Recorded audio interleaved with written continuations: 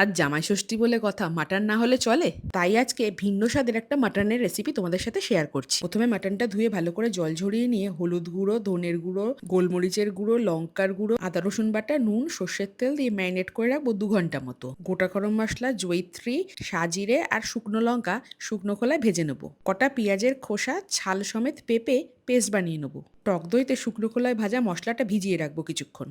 কড়াইতে সর্ষের তেলে গাওয়াগি গরম করে 1 চামচ মতো চিনি ক্যারামেল করে নেব। পেঁয়াজ আর পেঁপে বাটাটা দিয়ে কষিয়ে নেওয়ার পর মশলা মাখানো টক দইটা দিয়ে তেল বেরোনো অবধি কষাবো।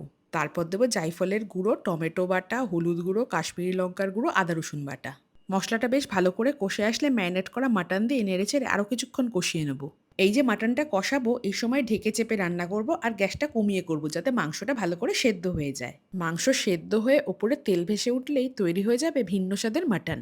আমি তো সাদা ভাত দিয়ে পরিবেশন করেছি, তোমরা চাইলে বাসন্তী পোলাও দিয়েও খেতে পারো।